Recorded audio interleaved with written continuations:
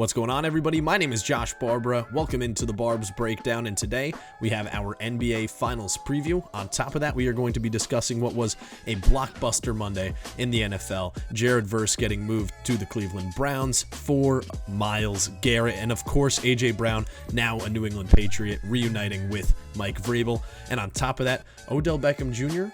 is a New York Giant once again. I'm very excited about that. I'm excited to talk about everything.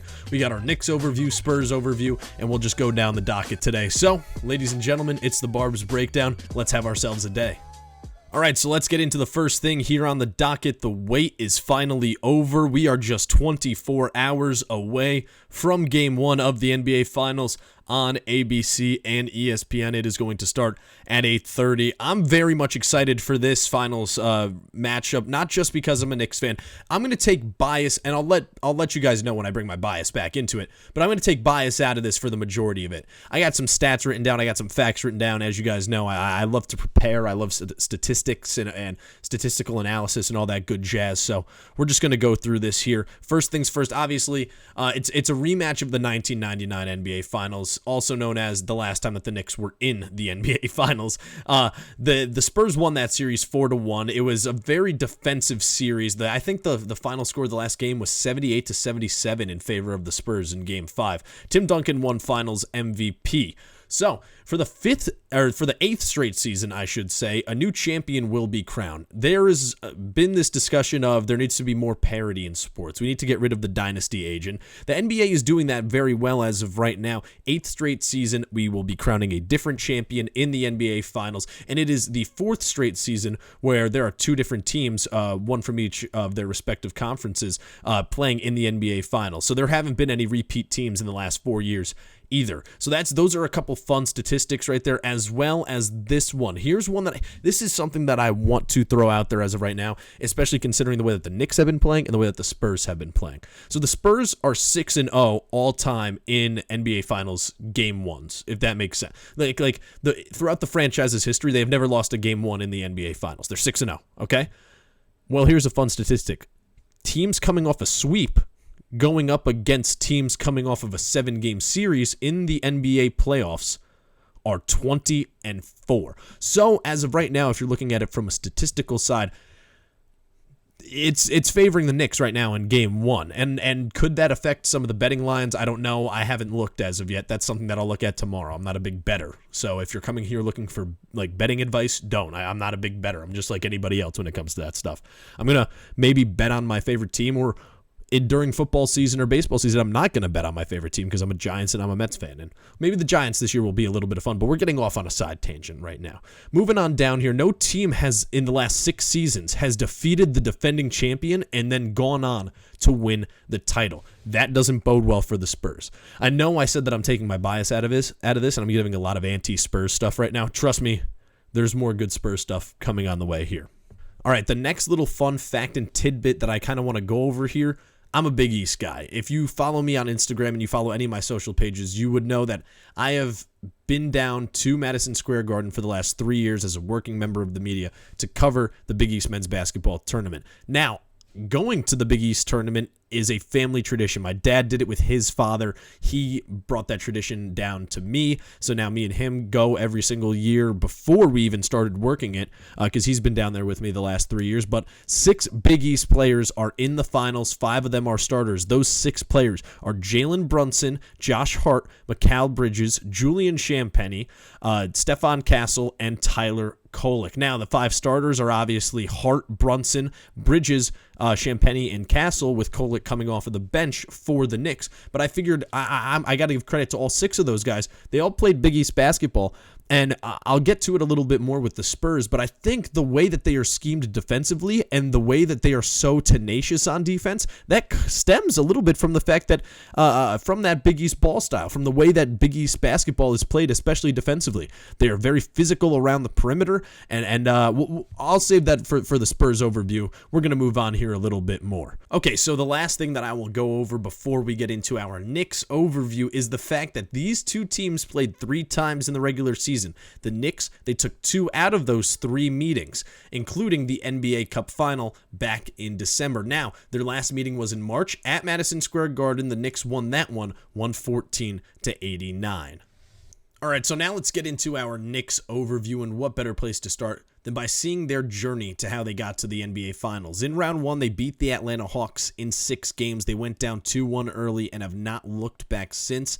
After beating the Hawks in 6 in round 1, they swept the Sixers in round 2, and in the Eastern Conference Finals, swept the Cleveland Cavaliers. They're on an 11-game win streak currently. Their point differential in closeout games is currently plus 118. In Game 6 against Atlanta, they had a plus 51 point differential. In Game 4 against Philadelphia, it was plus 30. And in Game 4 against Cleveland, it was plus 37. Their average margin of victory right now is the highest in NBA history at plus 19.4. Highest playoff scoring margin in NBA history. Minimum 10 games. Plus 19.4. That's quite incredible. The only other teams with more than 10 consecutive playoff wins in a single postseason are the Durant and Steph Warriors, the Tim Duncan and David Robinson Spurs, which in 1999 the Knicks lost to in the NBA Finals, the Kobe and Shaq Lakers, and the Magic and Worthy Lakers, and then this year's New York Knicks team. Let's talk about something real quick, because I've been seeing the term Wemby stopper floated around for Mitchell Robinson and OG Anunoby, and I don't think that there is such thing as a Wemby stopper. He cannot be stopped. He cannot be stopped. I can tell you this, though. He can definitely be limited. I think that OG Anunoby and Mitchell Robinson are 2 Wemby limiters in this league. And let me throw a stat at you as well. Since Wemby was drafted 3 years ago, there have been 20 players who have guarded him at least 100 times in half-court matchups. The player he has scored the fewest points per 100 matchups against is OG Anunoby. So if we're putting this into fighting terms, like boxing, UFC, like MMA, I don't know why I said UFC as a sport. I sound like a casual now. I'm not, I swear. I'm into MMA. We will talk about the 250 card in the coming week. We will. But for right now, put it into the perspective. OG Anunoby is pound for pound the best defender in the NBA. If you want to put it into Josh Hart terms, inch for inch. I had a chance to land that joke, and I squandered that. That was incredible. Had a chance to land the joke, completely squandered it. But yeah, OG's the best defender in the league, if you're putting it into those terms. And what's the difference between this year for the Knicks and last year? Well, for starters, Landry Shamet's been a big help, and he was on the bench because Tom Thibodeau didn't like to use the bench. Mike Breen was on Pardon My Take on Monday. He said that Mike Brown is the most collaborative coach he's ever been around on a daily basis. If there is something that the players or the coaches want to implement, Mike Brown will try and implement it immediately, as soon as he can. Speaking of Mike Brown, back in the NBA Finals for the first time since 2007, that 19-year gap is the longest by a coach in league history. And he's learned from arguably the best coach of a generation, which is Greg Popovich. He learned from him. And I think that Mike Brown's ability, I almost said Mike's, I don't know him like that. I think Mike Brown's ability to be that collaborative, to take feedback from coaches and players, and try out new things, is the reason why the Knicks are here.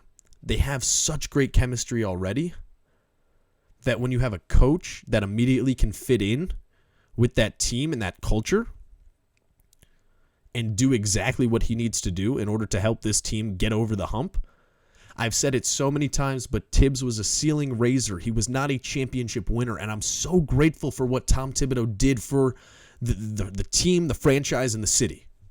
But he's not a championship winning coach. He is a ceiling raiser. Was I skeptical of Mike Brown? I absolutely was. I think a lot of us were. Did not have the best track record. But he's proving it right now that he is a championship caliber coach. The Knicks just need to finish the job. Let's keep going on here. I got another stat for you all out there. Second round picks with more than 20 30-point playoff games. There's only 2. Guess the 2 right now in the comments before I read it off. I'll give you 5 seconds.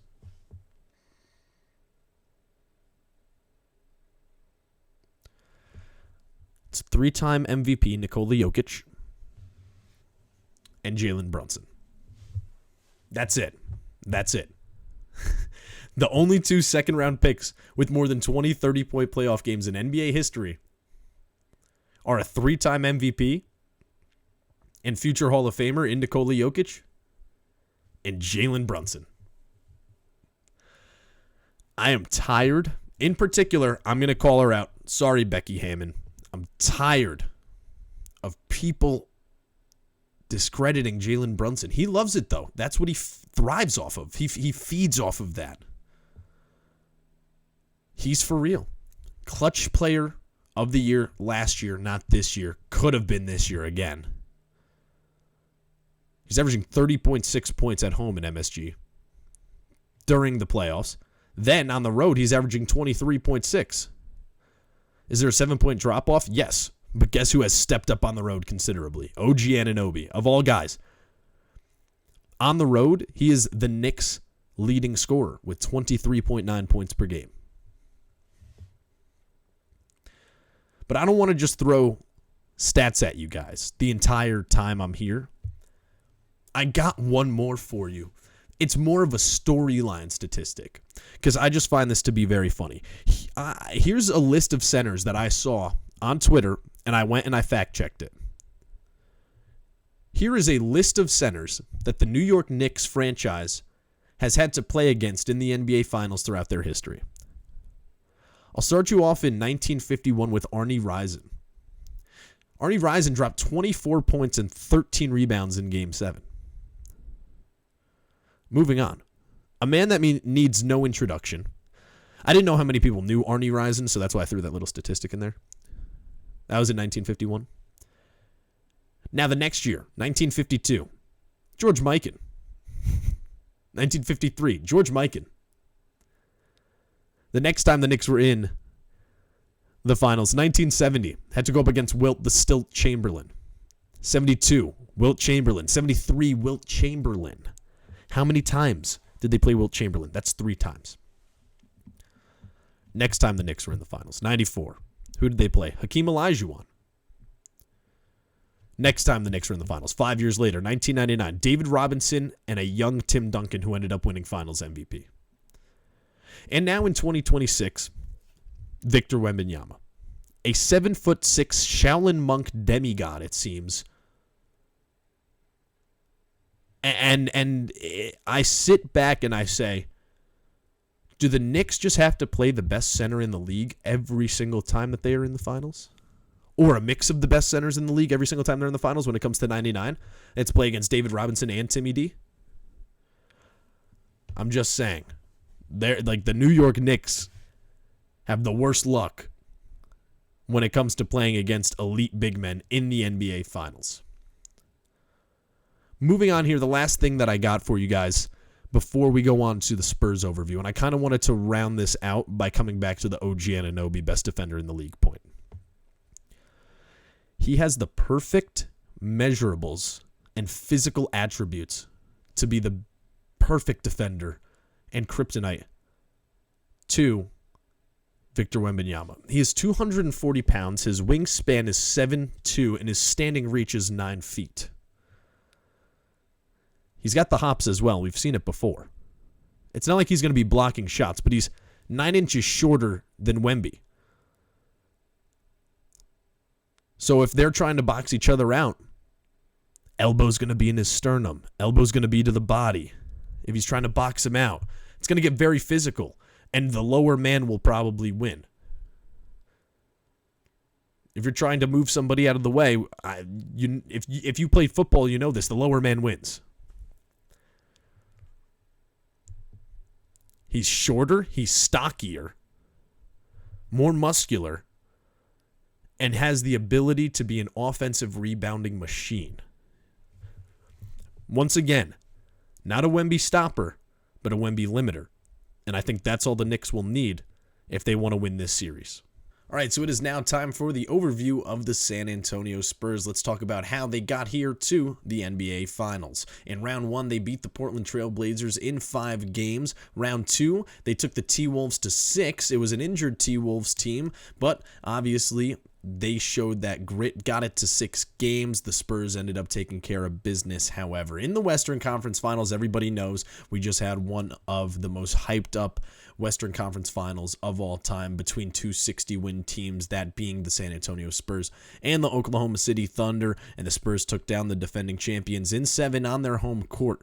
They're on a 2-game win streak coming into the NBA Finals. First thing that I want to throw at you is Wemby's career stats versus the Knicks. He's got 30.4 points per game, 14.6 rebounds per game, 2.2 blocks per game, and 2.6 three-pointers made per game against the New York Knicks. So if he's going to show up like that throughout this entire final series, I have no doubt that he would be the MVP. I think as of right now, he is the favorite to win MVP. I think he's around minus 185, I think was the line the last time I saw it, to win MVP. So that's it's a pretty enticing line, if I don't say so myself. If you could parlay it, maybe you do that. Once again, not talking about betting.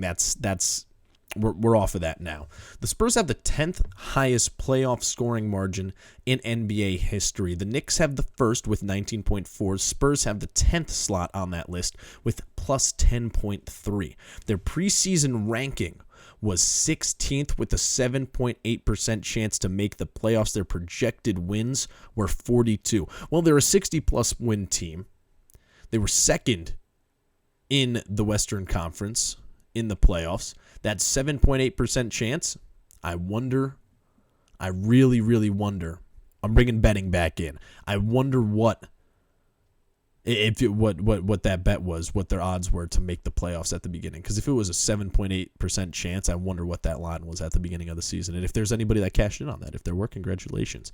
I mentioned it off the top, but throughout Spurs history, they are 6-0 in Game 1 of the NBA Finals. They have not lost a Game 1. Also off the top, I said teams coming off of a 7-game series that are going up against teams that are coming off of a sweep are 4-20. So that's a statistic that really isn't going in the favor of the Spurs. You want to know what is a statistic that's going in the favor of the Spurs? Their defense has excelled in the postseason, holding opponents to just 41.3% shooting, the lowest in a playoff since the Bucks held opponents to 40.6% in 2019. Now, that Bucks team didn't go on to win the NBA championship and the finals and all that good jazz, but to be able to hold their opponents to that low of a shooting percentage, pretty fantastic.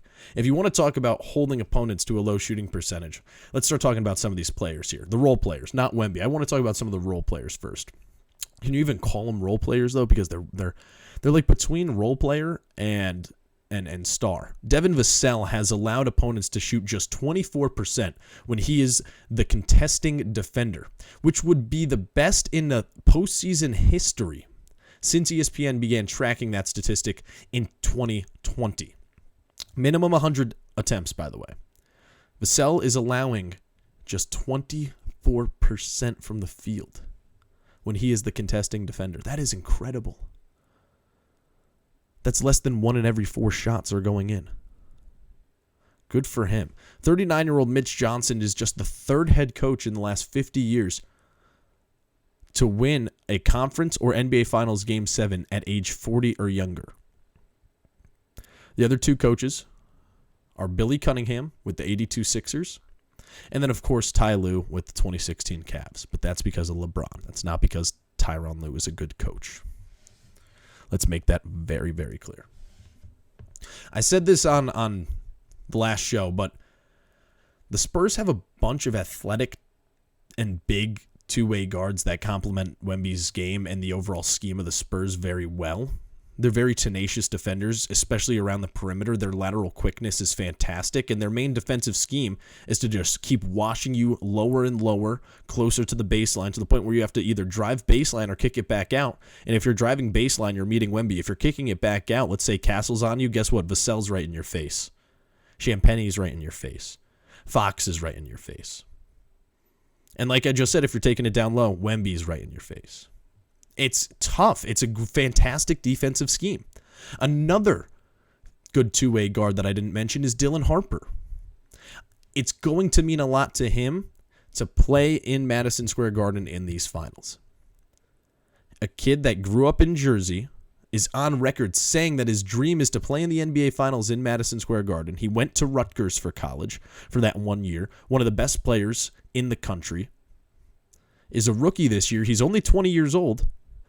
And he's the first rookie to make 15 threes and record 15 steals in a single postseason, since both Jason Tatum and Donovan Mitchell did so in 2018. That is the level of caliber, that is the caliber of player, I should say, that we are dealing with when it comes to Dylan Harper. He's a fantastic ball player, and he's a tall guard. He's around 6'5".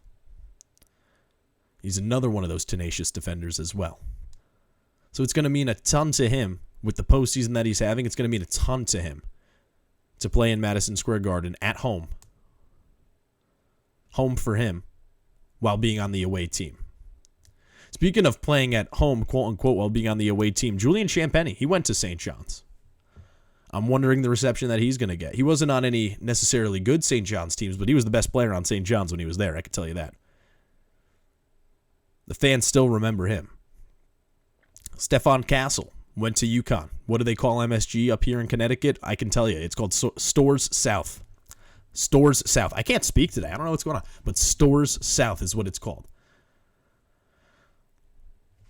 Once again, if you're returning to a familiar place, all these guys that played in the Big East, that are on the Spurs, the two that played in the Big East that are on the Spurs, they're familiar with playing in this building. They know what it means to play at Madison Square Garden, the Mecca, especially in the NBA Finals, because it hasn't been done in 27 years. Hasn't. A little fun tidbit that I saw. The Spurs are expected to sign Victor Wembanyama to a 5-year, $251 max rookie extension during the offseason.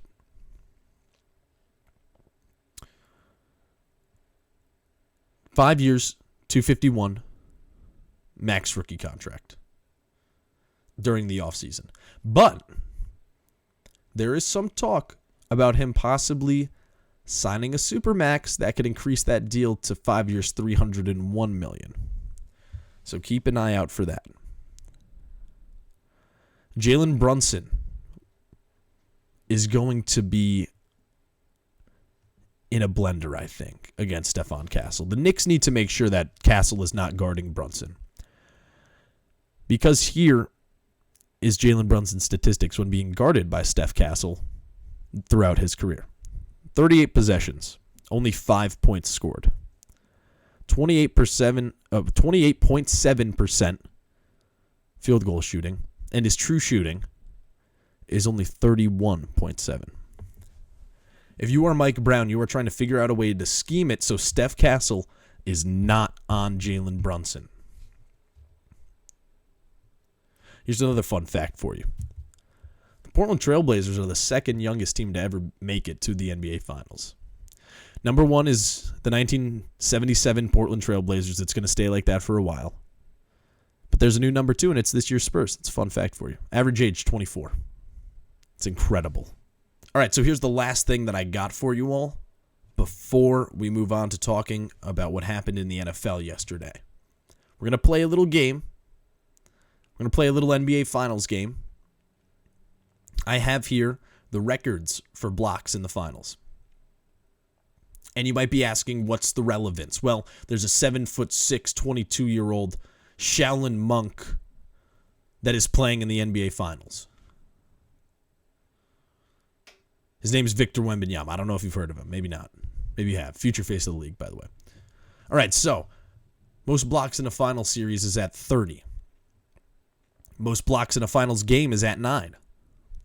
Most blocks per game in a final series is at 4.6. Do we think Victor Wembanyama breaks any of these records, and which one do you think he breaks? That is my question for you all out there. I'll run over it again. 30 blocks is the most in a finals series. 9 blocks is the most in a finals game. And 4.6 blocks per game is the most averaged in a finals series. Do we think Wemby will break any? Which one do you think he'll break? Let me know in the comments below. Let's talk about what happened in the NFL.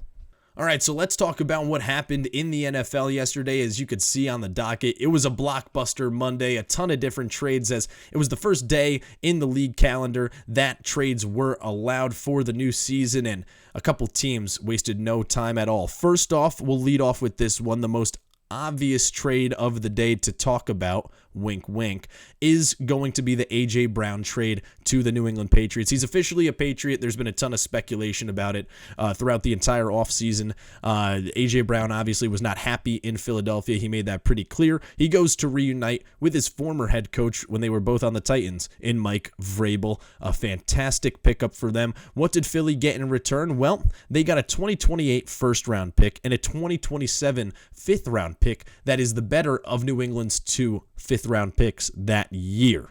Now, the next trade that we have to talk about, the actual biggest trade of the day. Myles Garrett is going to be a Los Angeles Ram, sending Jared Verse to the Cleveland Browns. This is something that came out of left field completely. I don't think there were any rumblings about this whatsoever. I think after last season, everybody was happy that Myles Garrett was staying in Cleveland. He seemed happy about it as well, broke the sack record, single-season sack record. All of a sudden, he's on the LA Rams, and it's scary because Aaron Donald is on record saying that he would like to play with Myles Garrett. He's only 35. He could come back for one last year, especially considering this could be Stafford's last year. So what is stopping him from coming back? And the Rams just being like, hey, we're kind of bored. Let's go win a Super Bowl. Let's trade for Myles Garrett. And knowing Aaron Donald, we have his loyalty, the Hall of Famer, future Hall of Famer, I should say. We got him in our back pocket as well.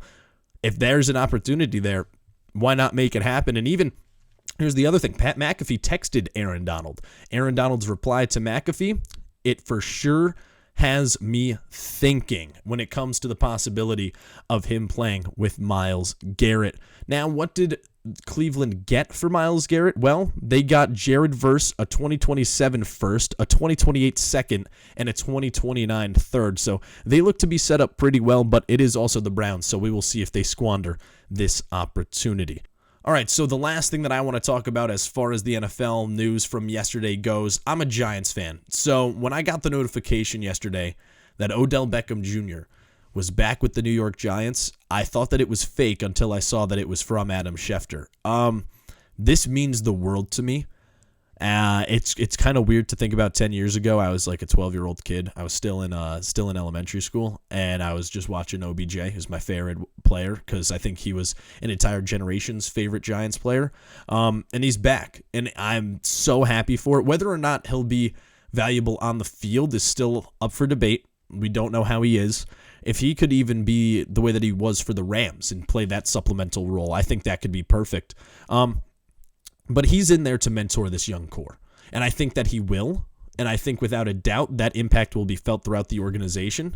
If the Giants aren't good this year, you know at least that they will be entertaining, which is fun because that's a lot better than it has been in the past for us Giants fans, so I'm very happy about that, and it just feels good to see him back.